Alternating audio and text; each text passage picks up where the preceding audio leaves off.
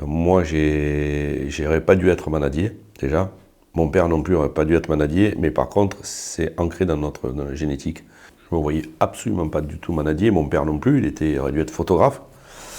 Et d'ailleurs, si on remonte encore le temps, puisque ma grand-mère Frédéric, la dernière du marquis, a épousé Henri Aubanel, qui était un écrivain qui avait fait sciences politiques, qui était libraire.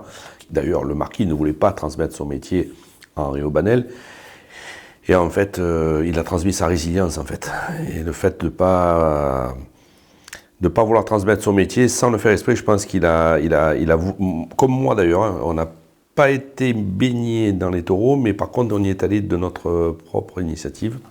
Et cette résilience, elle est transmise, je crois, par l'histoire, par les écrits, par le mode de vie qu'avait mon grand-père. Il avait apposé le blason Baroncelli sur ses bêtes, et je pense que ce blason est un peu aussi le phare de la famille. C'est comme ça que moi je le vois, en fait. C'est-à-dire que le bio est au centre de la vie depuis 4 générations. Moi, je suis la 4e. Et il nous a transmis cette résilience qui s'est transmise à ma grand-mère, à mon grand-père, à mon père.